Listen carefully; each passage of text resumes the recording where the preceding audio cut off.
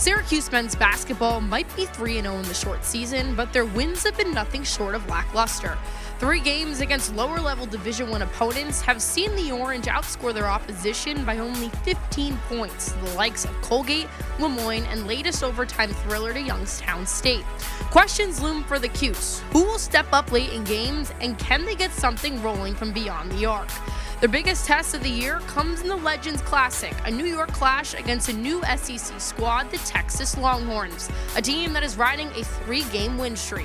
Which shade of orange will come out on top? We'll break down everything you need to know about Syracuse and Texas because it's Cuse Countdown, and it starts right now.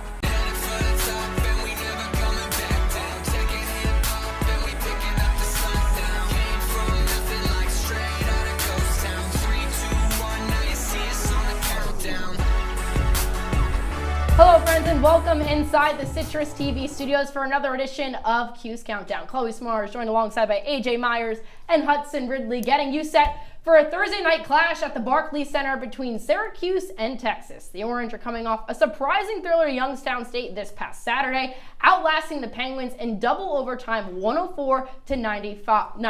JJ Starling, a big part of that, dropping a career high 38 points in the win. But SU might be 3-0 in the short season, but games, guys, have been underwhelming against lower-level competition like Lemoyne and Colgate. They've only outscored their opponents by 15 in the last 3 games. They face a true test here in Texas. AJ, what concerns do you have with the Orange playing down to their competition a bit? Well, you say playing down to their competition, Chloe, and they've done that, Hudson. They've absolutely should have beaten the teams that they played earlier in the season. But I want to go back to last year against Cuse, New Hampshire, Colgate. All those games were close. Cuse and New Hampshire was 11, 12-point wins.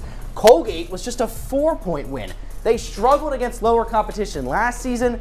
I kind of see a trend of them doing this again this year, although it doesn't mean it's acceptable, though. They should have beaten these teams much more. There are still a lot of concerns heading into this game against Texas. Well, AJ, what I'm about to say might sound blasphemous, but I do truly believe that Syracuse might just be playing close games. Now, Lemoyne shouldn't be close with them. I mean, they lost to Cal State Northridge just after. Colgate got blown up by Drexel. Youngstown State had one of the worst games of the year against Ohio State. So the issues and worries are there, but I think this might just be a team that plays close games.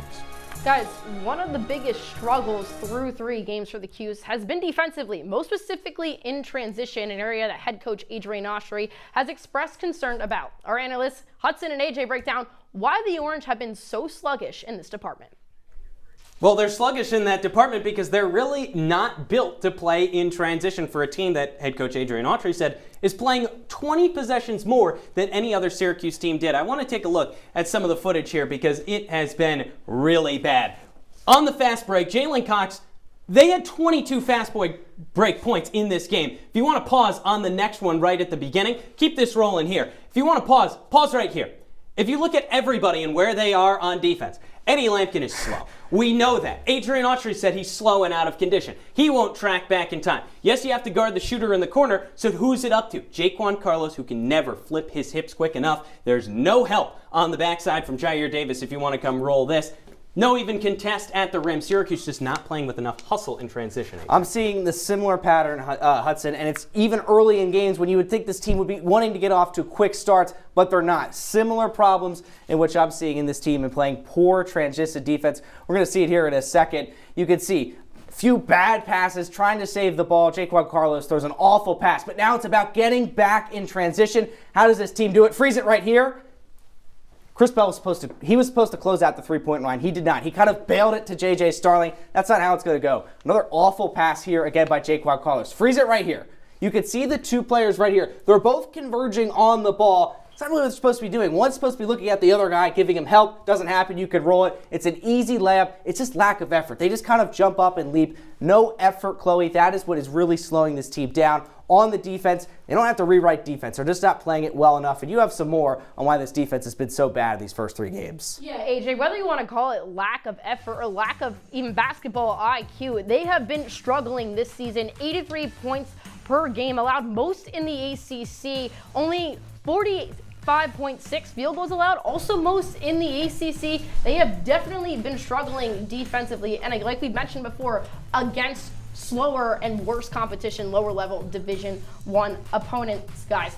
But from defense to the offense, SU has struggled in their shooting efficiency, and most specifically, guys, behind the arc. The Orange are just shooting over 25% and are bottom 2 in the ACC in three-point efficiency.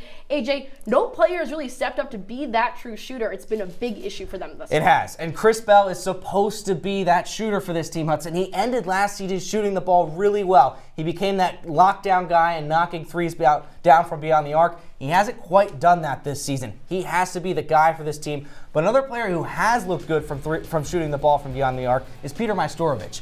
Freshman, he's come in and he started playing really well for this team this season. Maybe he could be the reliable three-ball shooter. It hasn't been Chris Bell, though. The only issue is Majstorovic just doesn't get enough minutes, so the fix for this team has to come within the starting lineup. J.J. Starling has looked fine at points, but they need threes from Jaquan Carlos, who shot at a good clip last year. Jair Davis, who improved his three-point shooting. Donnie Freeman, who's a great recruit who shoots threes, but none of those guys are shooting it at a high clip. That's what needs to improve, is the starting lineup's percentage. Hudson, you mentioned kind of what we're going to talk about here. A big conversation for the Orange in this offseason has been the impact of these newcomers. Brought in Donnie Freeman, highest ranked recruit since Melo. You have Eddie Lampkin coming over from Colorado and Hofstra transfer John Juan Carlos. All of them taking over starting roles of the Storm. Hudson, how do you evaluate how they've been in this Orange offense or defensively thus far? Well, I look at it in two ways. You mentioned offensively and defensively. The reason why I think this is because on the offensive end, they've been fine. Donnie Freeman looks great. Eddie Lampkin has had games where he looks tremendous, and Jaquan Carlos brought those assists over from Hofstra. But then when you get to the defensive end, Eddie Lampkin, you know, they say Popeye's missing away from being a tight end. That's about what it is for Eddie Lampkin. Really slow getting back on transition defense. Donnie Freeman got bulldozed in the paint by a guy who was 3 inches shorter than him and significantly smaller. Jaquan Carlos can't flip his hips quick enough on the fast break. Everybody gets by him. Defensively, they've been a liability, but offensively, they've really sparked this team to create more scoring options than they had last year. I think Eddie Lampkin's done all right. He looked really good against Youngstown State, and Donnie Freeman's going to have growing pains. I know he's a 5-star recruit. I know he's going to go to the NBA draft this upcoming spring, but he's still a freshman at the end of the day. The most concerning player, you mentioned him, Jaquan Carlos. Somehow this guy was an all-defensive team player when he was with Hofstra. He has not shown that in the first 3 games. He's picked up 4 and 5 personal fouls, and he's had fewer than 4 points every time. I know he's a good facilitator of the ball. He can dish the ball out, Chloe, but there's just hasn't seen enough from him, and it looks like he's playing in a league that he doesn't belong in, and they haven't even played ACC teams yet. Big problem. And you mentioned Eddie Lampkin before, a big reason why they've been so strong in the rebounding department, made a big impact as their big man around the rim. Syracuse is the top rebounding team in the ACC. Even better, they're top 10 in the nation to start off the season. They've been able to win those rebound battles, but AJ, you're cutting it close still in these games. It should be blowing out your opponents when you're able to win around the glass. Yeah, the defense hasn't been good, Hudson, but what has been good is the rebounding. Three-point shooting also hasn't been good, but they've been able to rebound the ball. It's because of it. It's another newcomer I'm going to mention, Jair Davis. He's looked really good, really aggressive at getting to the boards. He hauled in, I think, almost 10 rebounds in their first game against Lemoyne. He had a poor game against Youngstown State, but still, he's looked really good. His team has a lot of size. Eddie Lampkin, Donnie Freeman, and Jair Davis. If you get all 3 of those guys out on the floor, this team should dominate the glass. Now it's about finishing, especially when you get those offensive rebounds.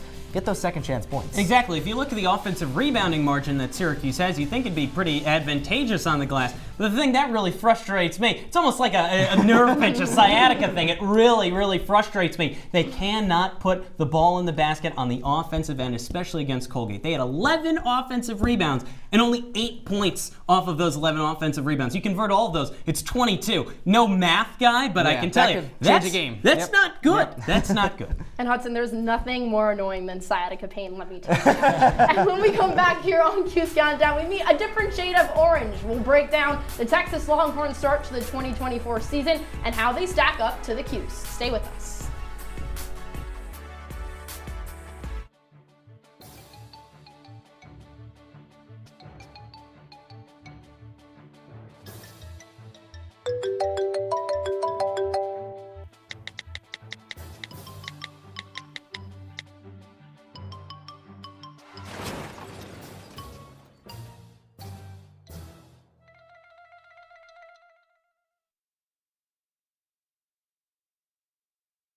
When I was in foster care, I never knew when I would have to move, so I always had my suitcase ready to go.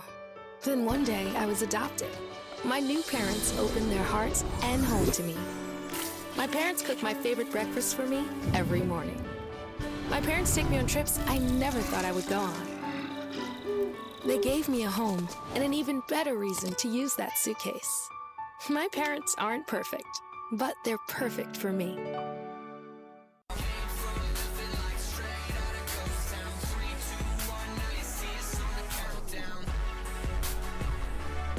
Welcome back to Cuse Countdown. That's AJ Myers. That's Hudson Ridley. I'm Chloe Smarz, getting you set for Texas and Syracuse in the Legends Classic on Thursday night. It's time to talk the Longhorns. Horns up, guys. It's a Texas team that is riding a 3-game win streak, but came into the season ranked in the top 25. They fell to Ohio State in their opening matchup, but have blown out their competition since. It's a brand new Texas team from their 2023 squad. Their top 4 scorers from a year ago either went into the portal or graduated. They have brought in some top recruits, which we'll touch on in a bit. But AJ, when you look at the bigger scheme of things, how does this Texas team compare to a year ago? I think the biggest difference is they lost a lot of scoring. And last season, they didn't have a lot of height either. What did they add? They added a good amount of scoring. They did lose some because they were a good team last year and those scorers did leave. But they also added a significant amount of size and height. They're a much bigger team than they were last year. And it's why they've been somewhat good to start the year, although those last 3 games were against nobody. But you could say the same thing about Syracuse, and they looked bad. So you got to beat who's on your schedule. It's also kind of similar to Texas teams we've seen in the past, right? They rely a lot on athleticism. They get to the cup. That's their main thing. The one thing that they do differently is they shoot threes at a much better clip than in past years. Right now, top 60 in 3-point percentage right now in the NCAA, rather just in Division I, but still pretty impressive, and a lot of it has been done by a pretty young core at this point. You talked athleticism and you talked shooting, and a big reason for Texas' hot streak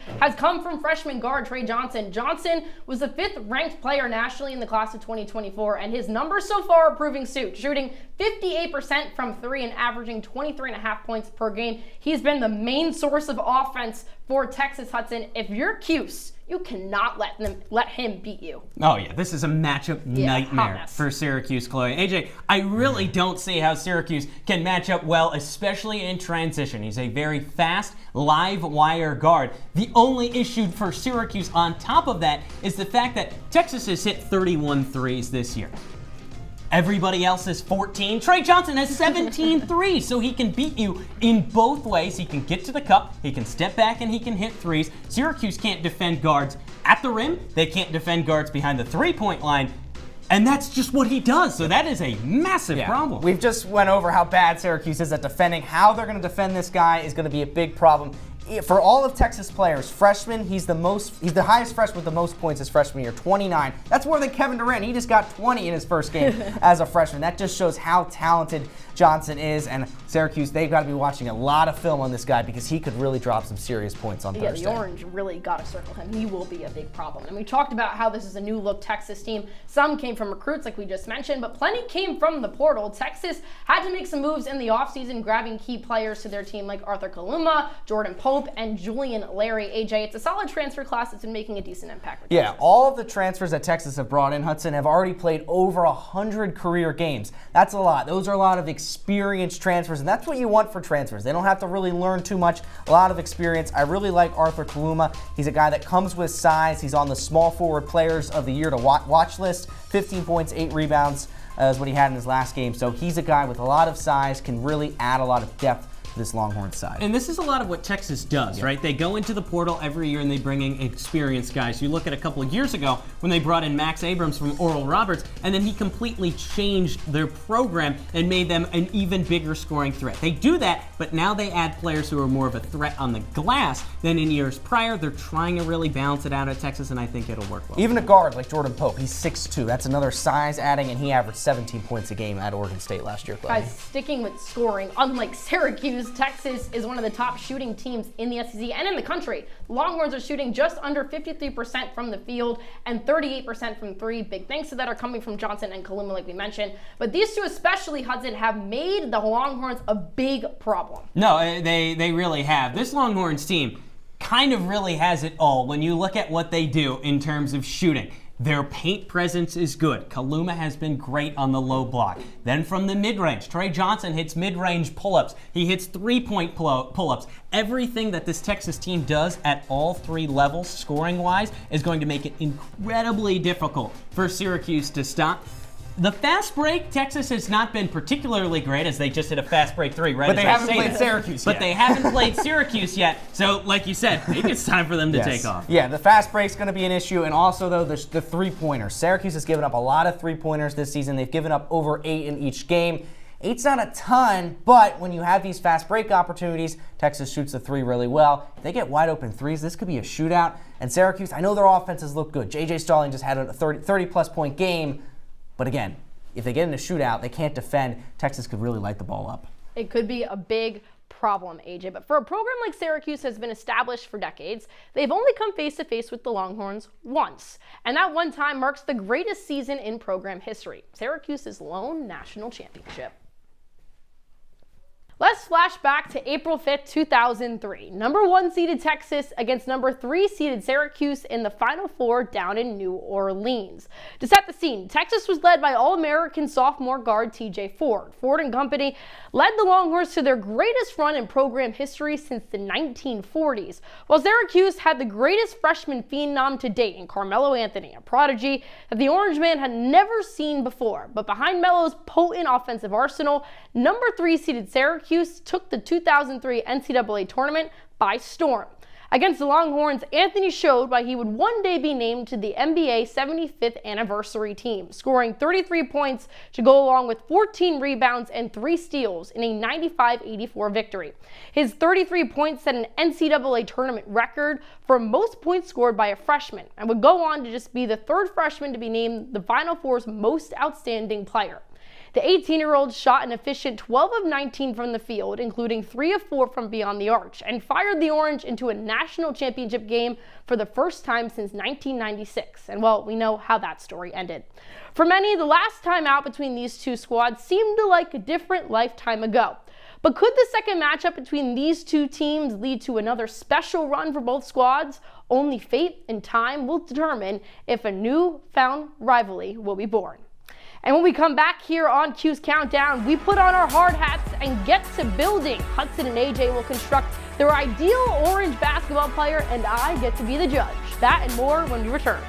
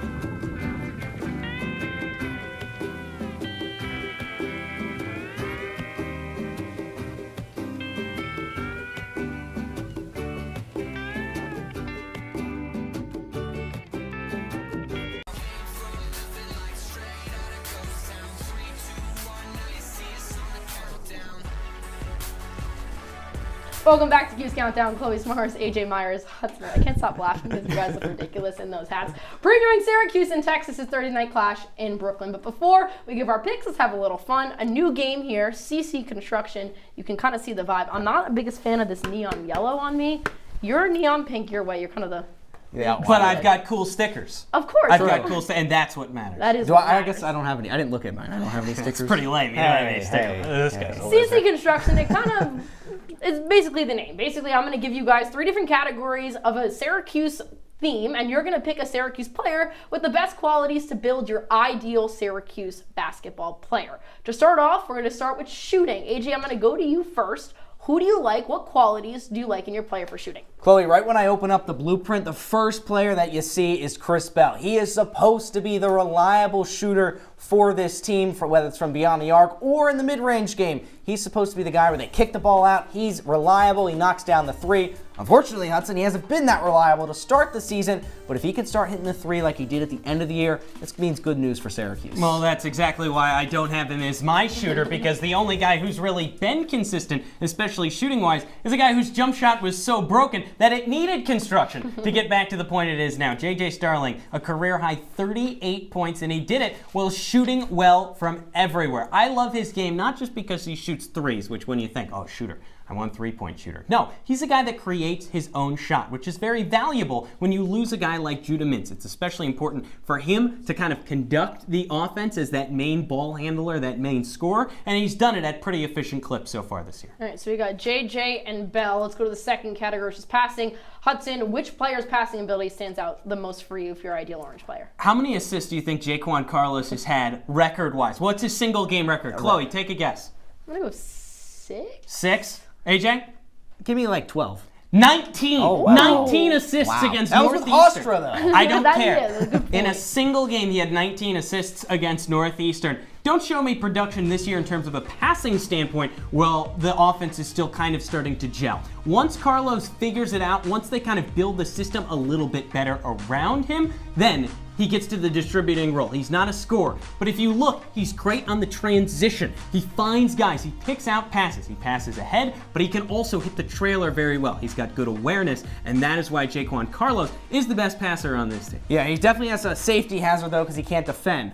A player that can also defend and, most importantly, pass is a player that I'm going to build off of. I had Chris Bell. That's one part. The next part in my tool case is Eddie Lampkin. That's a big part to pick up. Oh, that is. I may need some help. I may need some help. But why is he the passer for this team? Because when he gets in the low block, when he gets in the paint, who's he dishing the ball out to? It should be Chris Bell. Or it could be one of these other shooters that are on this team. But he has a really good ability to pass the ball. You see it right there, dishing it out there, and it's an easy layup for Syracuse. Eddie Lampkin, yeah, he's the size. Yeah, he's the guy getting the rebounds. Yes, he can score as well, but he can also pass, and especially, I really want this team to utilize the Chris Bell, Eddie Lampkin connection. I want to drill that together and make a really good duo for Syracuse, and Lampkin getting the ball in the paint, dishing it out wide for Chris Bell to knock down a three. I'm loving all the construction little things you're dropping in here, AJ. 16 assists? Yeah. 19. 19, excuse me. Don't disrespect. I still can't take you seriously. Anyways. And finally, last category, guys. We have rebounding, an area where Syracuse has thrived in their 2024 campaign. AJ, back to you. Who do you got around the rim? Well, Eddie Lampkin's already nailed in, so I can't pick him. So who am I going to go to? A player I mentioned earlier that I really like so far, Jair Davis. He's a hard hat kind of guy, super aggressive. He's looked as though he's adapted pretty well to this level of competition. We'll have to wait and see how he performs in ACC play, but off the bench, if this team is struggling like they have been in the first 3 games, he can provide energy with his rebounds, whether it's on the offense or defensive glass. He could be a key player for this team, Hudson. Well, I'm going to pull out the crane, the big crane, and hoist him from your side, pick him up, and put him on my side for rebounding. Eddie Lampkin is a tremendous rebounder because he crashes the glass, and once he gets there, boop, boop, boop, he tips it up in the air, grabs it, and passes out, distributes, but he can also finish down low. What he does on the offensive glass is better than any other player on this Syracuse side. Now, he has smoked a couple of layups. That has happened. But growing pains will happen. Construction pains will happen even. Eddie Lampkin, for what he does and the high motor he has on the offensive end, it just makes such a difference to getting these offensive rebounds. Because sure, he doesn't always come down with it, but he will tip it around to get to the hands of a Jair Davis, to get to the hands of a J.J. Starling, and then they can finish off the play. Eddie Lampkin, fun fact about him, he's really into food. I've got to know him through one of my classes. No, you don't say. Really, he's a big dude. You know what he loves to do? He also loves to eat. And he eats around the rim. Yeah. I love the pick of Eddie Lampkin rebounding. I like your picks too, AJ.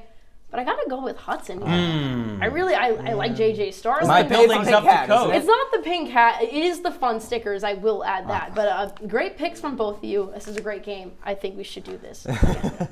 When we come back here on CC, we wrap up with our picks for this Thursday. Plus, our analysts break down the biggest recruit commitment in decades and what that means in the 3-1-5. Stay with us.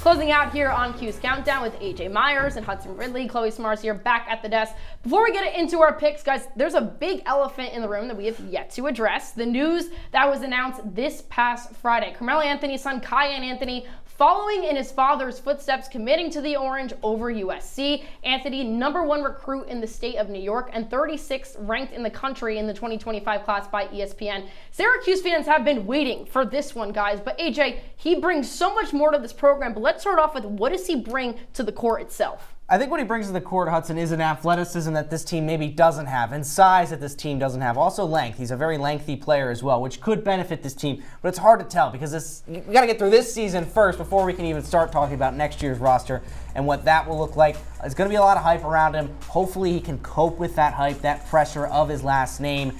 He's done it in these type of games, but this isn't ACC games, Hudson. I still got to see it once he actually arrives here, which is a year away. The thing that I love about him the most is he's a shooter that creates his own shot, but in a very different way than Carmelo Anthony did it. He'll beat you off the dribble. He doesn't need to be physical, bruise you up, bang into you, and then spin around and hit a mid-range jumper. He will blow by you, and then instead of going to the cup, because for the paint, he's a little bit undersized, he's a little bit skinnier. Instead of doing that, he'll pull up from the low block. That is what's so good about him. He's got a lot of talent in the mid-range. He's bringing that back, but then he can also be a spot-up shooter. So he doesn't have to be the guy right away. They can rely on him in kind of a chop-a-more way, where once he starts to get into this team, maybe be a little bit more of a facilitator in years to come, that is when his game will really come out. For the first year, he's just a shooter. But then past that, he's got a lot of tools to build on to be the guy. And if he doesn't start though immediately, you know what those fans are going to be chanting, right? As soon as games start. So that'll also be another. That'll be another interesting dynamic. I think about this too, just from like a sponsorship aspect, from how you market this team. Syracuse hasn't played a national game yet. Kiyan Anthony is going to bring Syracuse to every ESPN,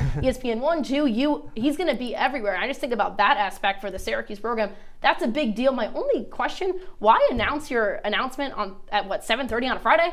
Podcast time. That's time. That was my only question about this all, guys. But anyways, bring it back into this season. Let's talk about the Orange's upcoming schedule. It doesn't get much easier after Texas. They'll face an SEC opponent in Tennessee, and then they kick off ACC play in South Bend against Notre Dame. Hudson, what sticks out to you about SU's upcoming opponents? Oh boy, I don't like it after Texas. Texas Tech and St. Joe's are both teams that have made waves this season. Then you look at Tennessee. I've heard murmurs that this is the best Rick Barnes defensive team that's ever been out of Tennessee. And if you know anything about Tennessee basketball, you know that every team Rick Barnes has is his best defensive team. So if this is the creme de la creme, Syracuse might be done for. On the road, Tennessee is a real glaring red flag. Hudson, don't skip over Cornell. That's kind of like a Colgate, too, for Syracuse. They've struggled against Cornell in a few past years. I know it's going to be a home game, but how they played down to competition in the first 3 games, that Cornell game's going to be tough. And then you start ACC play kind of away at Notre Dame, and that usually is a simple game for Syracuse, but who knows this year. It's not an easy start to the year, especially off of the start that this team has just showed us. Yeah, interesting to see how Tennessee plays out this season without Dalton Knecht. He's had a great year with the Lakers so far in the NBA. That's a game that I circle for the Orange. Let's round out this show with picks for Thursday night. AJ, can the Orange stay undefeated against the Longhorns? No. I already know what you're going to say. I don't think they can stay undefeated against the Longhorns. His first 3 games were too much for me to say that this team can produce a win. If they get a fast start and J.J. Starling scores like he did against Youngstown State, who knows? Maybe they have a chance. Maybe what you said, Hudson, they play up to competition. I just don't see it happening. I have a Texas victory, 82-68. The Longhorns get maybe kind of a big victory. I don't know how big of a victory it would really be. I don't really either, where with the state of the program Syracuse is in right now. I will say I do also have this as a Texas win. 84-72. I think Syracuse will play closer games down the stretch against really every opponent, but this is not a Texas team they can beat with how they match up. Speed difference, no size difference, but a massive shooting difference. That does not bode well for Syracuse. I have the Longhorns in this one. Horns up. Hook 'em. AJ, hook 'em. I'm sticking with you guys. Hook 'em. Horns up. I think Texas is going to win this game 85-62. This is going to expose a lot about Syracuse and really show where they got to fix it. But that will do it for this episode of Cuse Countdown. Be sure to check us out on X and YouTube at CitrusTV Sports. For the 3 of us and our amazing producing crew saying so long and enjoy the game.